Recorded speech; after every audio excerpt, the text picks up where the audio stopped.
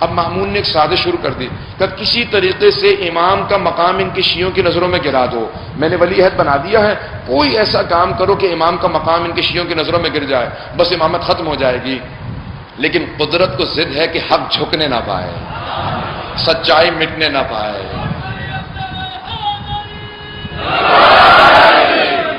تو بس بھئی اللہ سبحانہ و تعالیٰ کا ایک اپنا نظام ہے۔ اللہ سبحانہ و تعالیٰ قرآن میں کہتا ہے کہ وَمَكَرُوا وَمَكَرَ اللَّهُ وَاللَّهُ خَيْرُ الْمَاكِرِينَ، وہ اپنے مکر و فریب کرتے رہتے لیکن اللہ کا اپنا منصوبہ ہے۔ اللہ کہتا ہے کہ بہترین منصوبہ اللہ ہی کا ہوا کرتا ہے۔ جب سید الشہداء سے ایک جملہ کہا تھا نا جناب عبداللہ ابن عباس نے، کہا کہ مولا کربلا عراق مت جائیے، آپ کو یزید مار دے گا۔ مولا نے کہا میں جانتا ہوں، میں کربلا شہادت کے لیے جا رہا ہوں۔ کہا آپ جانتے ہیں آپ شہادت کے لیے جا رہے ہیں؟ مولا نے کہا ہاں، تو مجھے بتائے گا؟ میں جانتا ہوں میں شہادت کے لیے جا رہا ہوں۔ کہا پھر مولا مجھے سمجھ میں نہیں آ رہا کہ اگر آپ شہادت کے لیے جا رہے ہیں تو بہنوں کو ساتھ کیوں لے جا رہے ہیں؟ مولا نے کہا جب میرا خون بہے گا نا تو میرے نانا کا دین بچ جائے گا اور میرے خون کو بچانے والی میری بہنیں ہوں گی۔ تو کہا مولا یہ کیسے ہو سکتا ہے؟ کہا چاروں طرف سے گھیر کے یزید مجھے مار دے گا، وہ سمجھے گا میں نے ختم کر دیا۔ لیکن امام حسین نے ایک جملہ کہا کہ ان اللہ یؤید دینہ برجل فاسق، خدا بعض اوقات ایک فاسق آدمی سے بھی اپنے دین کی تائید لے لیتا ہے۔ یزید یہ سمجھے گا میں نے حسین کو گھیر کے مار دیا، حسین مر گئے، لیکن یاد رکھو میری شہادت ہی میں میری بقا ہے۔ وہ سمجھے گا حسین ختم ہو گئے، یاد رکھو میں کبھی ختم ہونے والا ہی نہیں ہوں۔ تو بس بھی سید الشہداء نے جملہ کہا۔ اب یاد رکھیے گا بعض اوقات ایک فاسق فاجر ہوتا ہے، وہ سمجھتا ہے کہ میں ختم کر دوں گا، لیکن اللہ اسی سے دین کی تائید لے لیتا ہے، اللہ اسی سے انڈورسمنٹ لیتا ہے۔ تو اب امام رضا علیہ السلام کو نیچا دکھانے کی کوششیں شروع ہو چکی تھی۔ مامون کہتا تھا میں امام کو کسی طریقے سے کہہ دوں گا یہ میرے ولی عہد ہیں، مختلف طریقے سے سازشیں کر رہا تھا۔ توجہ ہے لوگ میرے ساتھ؟ تو اب بہت بڑی سازش کر رہا تھا۔ اس نے کہا کیا کریں؟ تو لوگوں نے کہا بھی 2 سال سے قحط پڑا ہوا ہے، قحط سمجھتے ہیں نا سب لوگ، بارش نہیں ہو رہی، ڈراؤٹ ہے، فصلیں اجڑ گئی ہیں، چشموں میں پانی ختم ہو گیا، کہیں پانی نہیں، سبزہ ختم ہو رہا ہے، 3 سال جا رہا ہے، سوکھا ہے، بالکل قحط پڑا ہوا ہے۔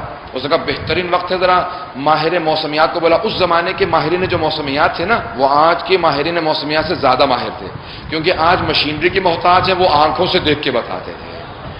انہوں نے دیکھا کہ انہوں نے کہا نہیں اس سال بھی بارش نہیں ہوگی۔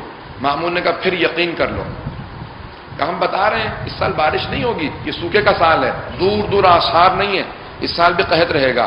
اس نے کہا بہترین وقت ہے شیعوں کے دل توڑنے کا، امام رضا کو بلا لو، ان کے امام سے کہو دعا مانگو، جب بارش نہیں ہوگی تو خود بخود ان کی نگاہوں میں گر جائیں گے، سارے کے سارے امام کو ماننا چھوڑ دیں گے۔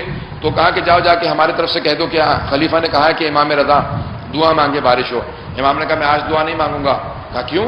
کہا کیونکہ میرے جد رسول خدا اور میرے جد علی مرتضیٰ ہمیشہ کہا کرتے تھے 3 دن سب کو روزہ رکھنے کے لیے کہو پھر دعا مانگنا۔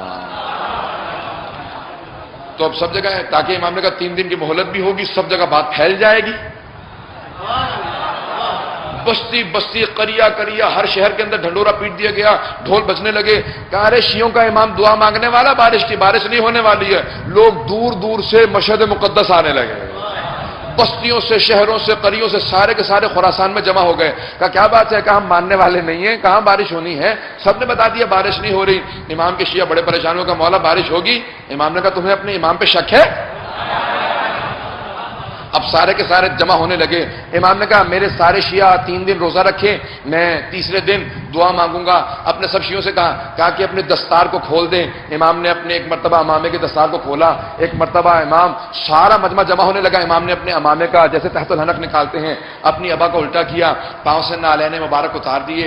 ایک مرتبہ خرامہ، ایک مرتبہ فرزند رسول علی و بطول کا لال، حسین و حسن کی آنکھوں کا تارا، ساری ائموں کی آرزوؤں کا مرکز، شیعوں کی چاہتوں کا مرکز۔ جیسے امام رضا علیہ السلام چلنے لگے نا، امام نے چلنا شروع کیا، آواز دی اللہ اکبر، محسوس ہوتا تھا آسمان سے لبیک کی صدائیں آ رہی ہیں۔ سارے شیعہ امام کے ساتھ چلنے لگے، آنکھوں میں آنسو تھے، جو نہیں بھی مانتے تھے وہ کہتے تھے محسوس ہوتا ہے کشش اسی کے اندر ہے، ہو نہ ہو یہی امام وقت ہے۔ اب چاروں طرف سے نگاہیں امام کی طرف بڑھنے لگیں، امام چلنے لگے۔ امام نے کہا میں یہاں نہیں، میں میدان میں جا کے کھلے میدان میں نماز پڑھوں گا، شہر سے باہر چلے جاؤ۔ کہا سب کو آواز دے دو، خواتین اور بچے بھی ہمارے ساتھ چلیں گے۔ پیچھے خواتین چلنے لگی، بچے چلنے لگے۔ ایک مرتبہ پہاڑی میدان، چاروں طرف سے سب کے سب پہاڑوں پہ چڑھ گئے دیکھنے کے لیے۔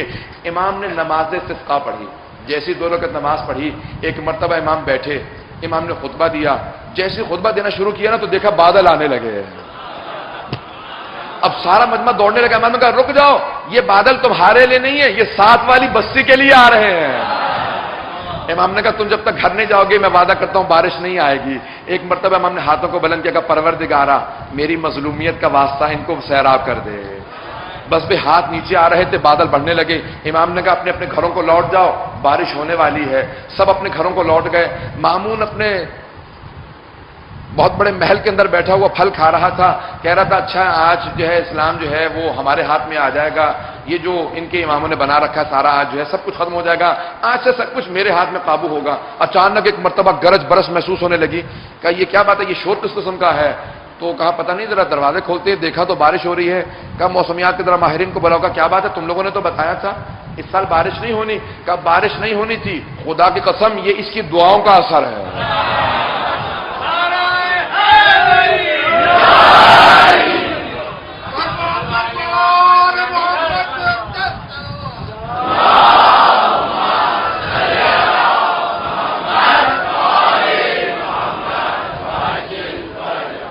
جب مجمع نے جب مامون نے یہ سنا نا کہ ان کی دعاؤں کا اثر ہے، خبردار یہ مجھے تو بتا دیا، مجمع کو مت بتانا، تم اپنے اپنے گھر چلے جاؤ، بس اب بارش ہو گئی ٹھیک ہے، آئندہ کچھ اور منصوبہ سوچتے ہیں۔ یہ جیسے دعا مانگتے ہیں، جو لوگ نہیں مانتے تھے وہ امام کے عاشق ہو گئے۔ برحمتک یا ارحم الراحمین وصلی اللہ علی محمد وآلہ الطاہرین۔